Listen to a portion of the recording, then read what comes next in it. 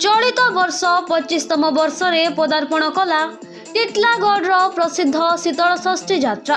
टिटलागढ़ पूर्वतन नगरपाल शुभ्रांशु दास आवाहकत्व शनिवार सन्धार देव निमंत्रण करा जायथिला। सिरभटा पड़ार महेंद्र कुमार राउत एवं सपत्नी मेनका राउत चलित वर्ष बर पितामाता भावे सौभाग्य अर्जन करथिले। रविवार सन्धारे बर पितामाता तांकर संपर्कियों सह सहरर मानगण्य व्यक्ति माने प्रभु महादेव को धरी बरयात्री धरी एक विराट शोभायात्रा बाहरी सहर परिक्रमा करी डीजेर ताले ताले झुमी नाची हाटपदापड़ा स्थित प्रहरी मंडप को आसीथिले। कन्या पितामाता भावे हाटपदापड़ार सीताराम बेहेरा एवं सपत्नी रेणुका बेहेरा और पड़ावासी बर पक्ष को पाछोटी आनिथिले। तापरे राति 11:30 देवदंपति विवाह संपन्न होइथिला। एही अवसर रे उत्सव को देखिबाकू आसीथिबा हजार हजार भक्तों को शीतल षष्ठी कमिटी पक्षरु भोग बंटन करा जायथिला।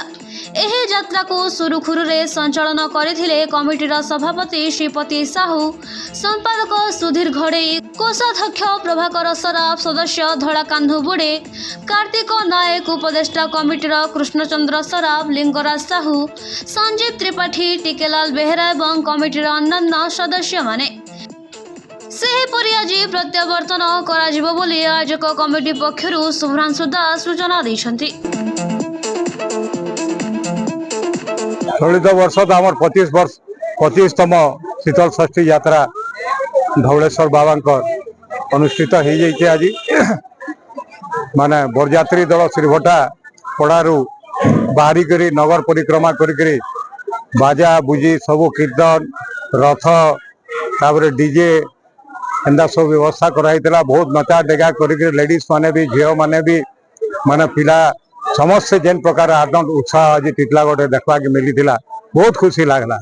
यही प्रकार उत्साह उद्दीपना इटा प्रभुंकर आशीर्वाद है, माता पार्वती आशीर्वाद है जे आज ये प्रकार कार्यक्रम 25 वर्ष धरिक चली और ये प्रकार आगे भी चलवा बहुत जोरदार चलवा।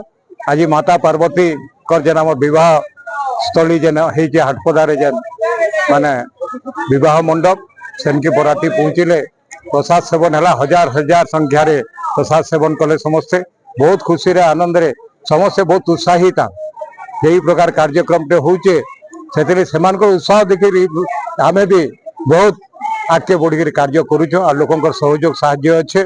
टिटलागढ़ वासी संपूर्ण भाव सहयोग रे कार्यक्रम होचे।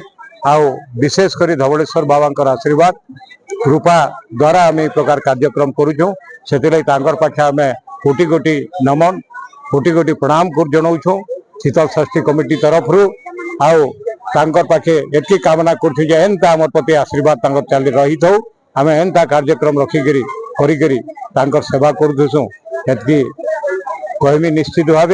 और आसंता काली आम प्रत्यावर्तन अच्छे। आज विवाह वर्तमान बरात पहुँचीचन तापर विवाह उत्सव पालन कला काली प्रत्यावर्तन करबे बाबा धवलेश्वर बाबा मंदिर के सेन भी बहुत धूमधाम रे आम प्रत्यावर्तन कार्यक्रम रही और सेन के पहुँचला पर प्रसाद सेवन व्यवस्था रही।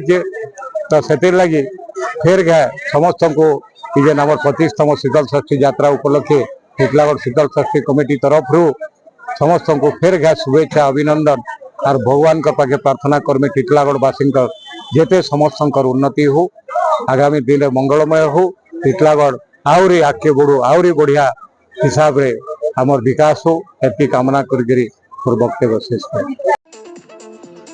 टिटलागढ़ संजय कुमार नायक रिपोर्ट कुशल प्रवाह।